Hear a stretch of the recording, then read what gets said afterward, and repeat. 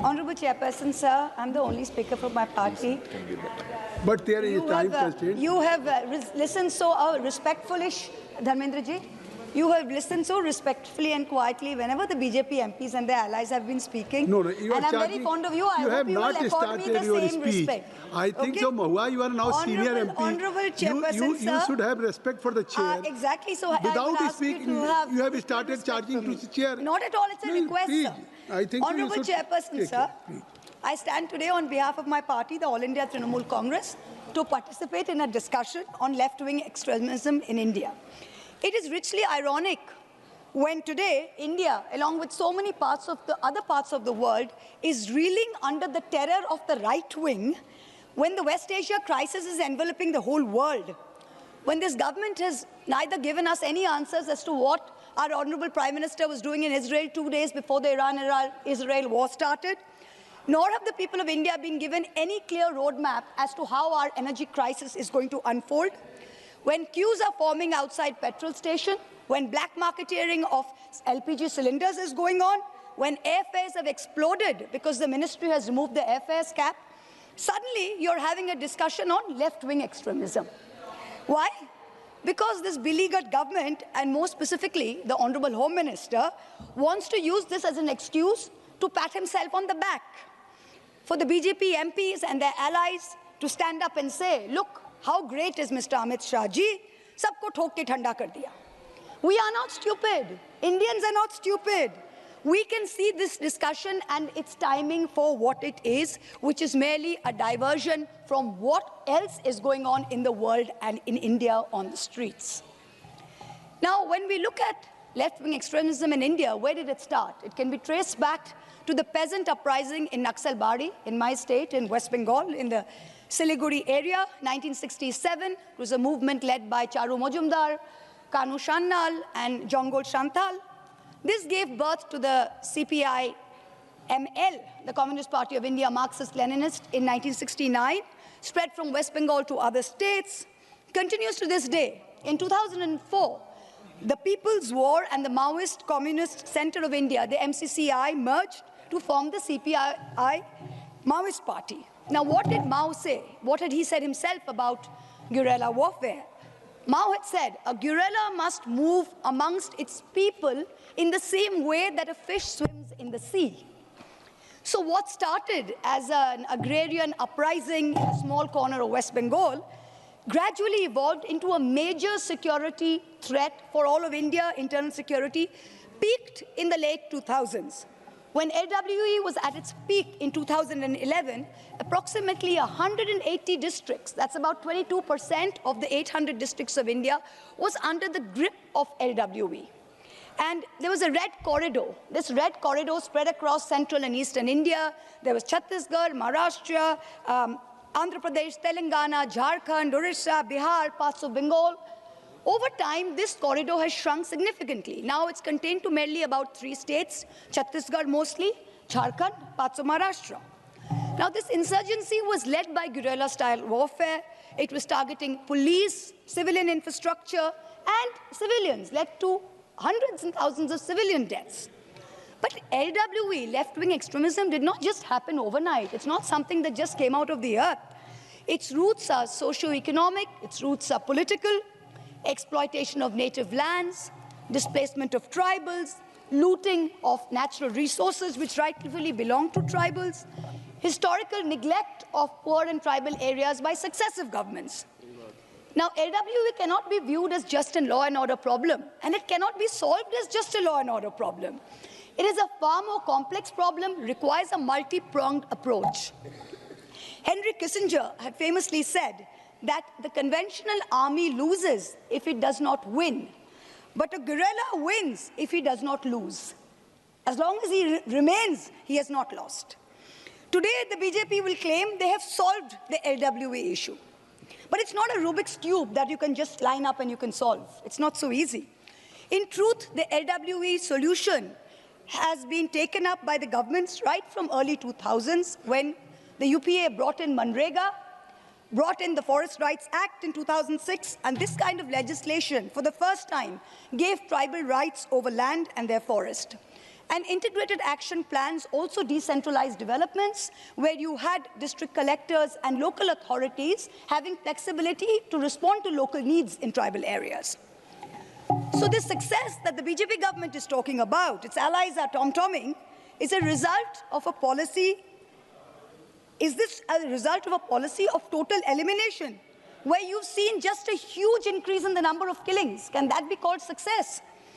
There's a 131% increase in killings between 2019 and 2025 in LWE areas, whereas there has been a 26% decrease in LWE arrests during the same period.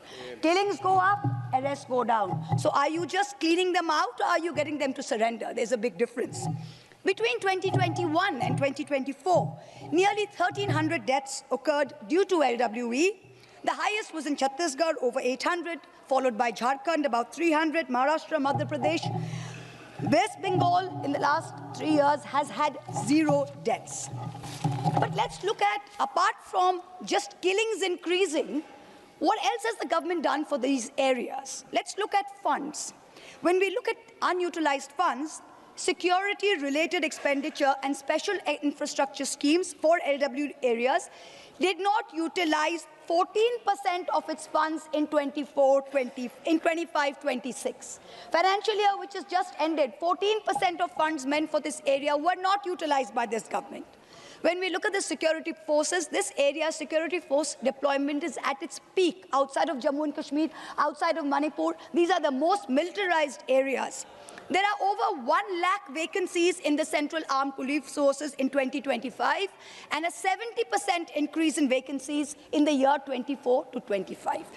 Let's look at suicides. CRPF, with heavy deployment of CRPF in these areas, nearly 160 suicides in the last 3 years, increased by 22% between 2024 and 2025. Look at the next piece of data. Resignations among CRPF increased by 290% between 2020 and 2025. 3x increase in 5 years. Tribal rights. You had 121 tribals who were wrongfully held responsible for the 2017 death of 25 CRPF Jawans in Sukma. They were all acquitted. They were first tried under UAPA, jailed. They were all acquitted by the National Investigative Agency. But they spent years in jail from 2017 to now. Let's look at infrastructure in the LWA areas. What has the government done? In its report on the Standing Committee on Rural Development and Panchayati Raj, which is chaired by my friend Saptagiri Ulka, who was a speaker before me, we are looking at road connectivity. Now, under PMGSY, there's another vector, which is a road connectivity project for LWA areas. Now, this was launched in 2016. The deadline for the completion of this was 2020. They had to extend it to 2025.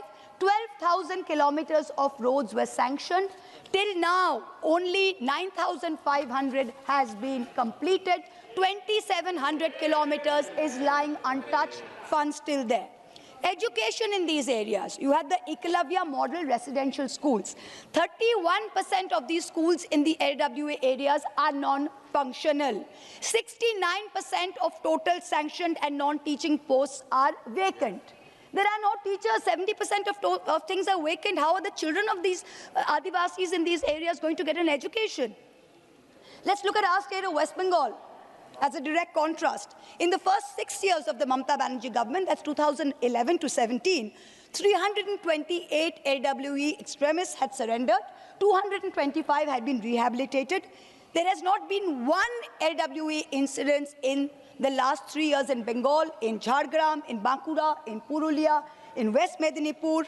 And what is most important is the people in those areas have been integrated into a civilian development model of welfare distribution.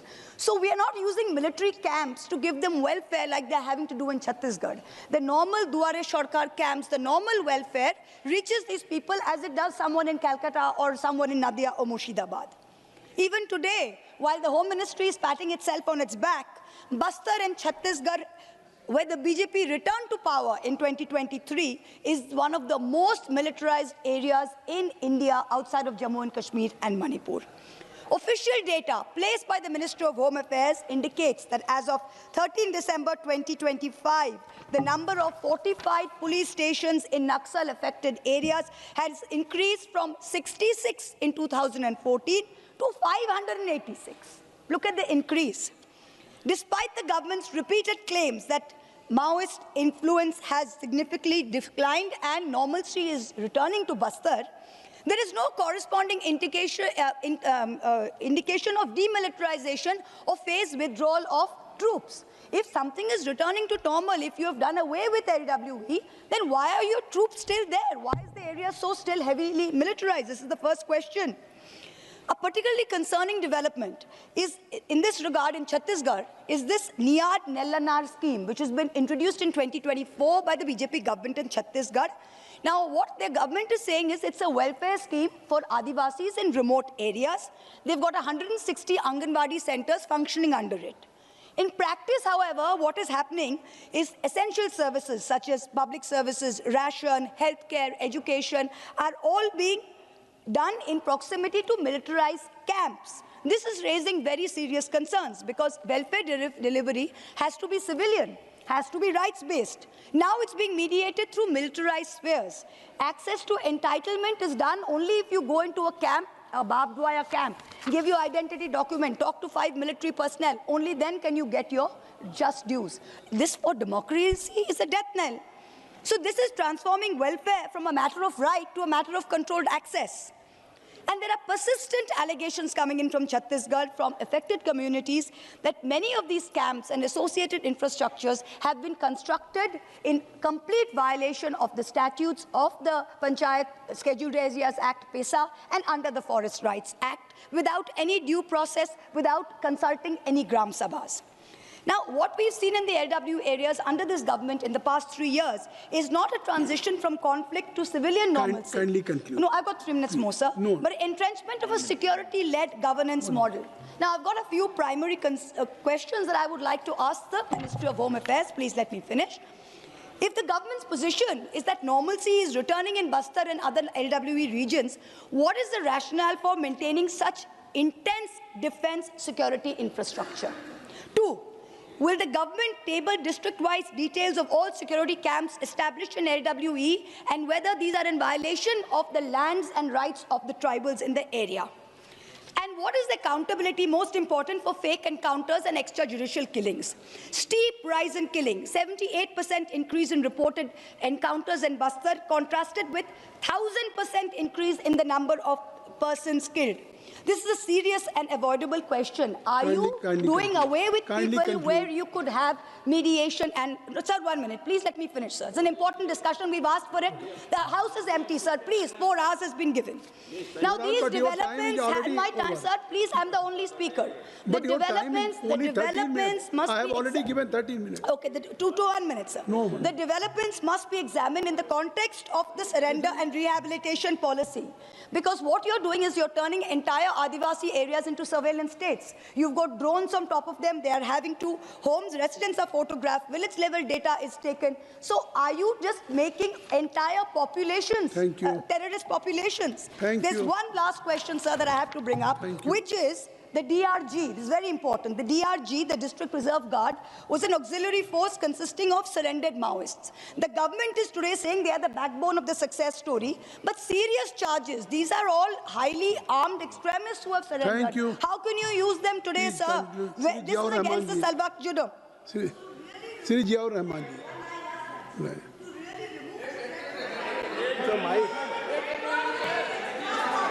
Got the last line, sir.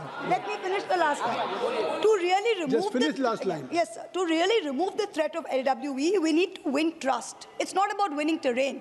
People need to give up fear. They don't just need to give up guns. Okay. So this is important. Please do not pat yourself on the back till this is done. Thank you. Thank you.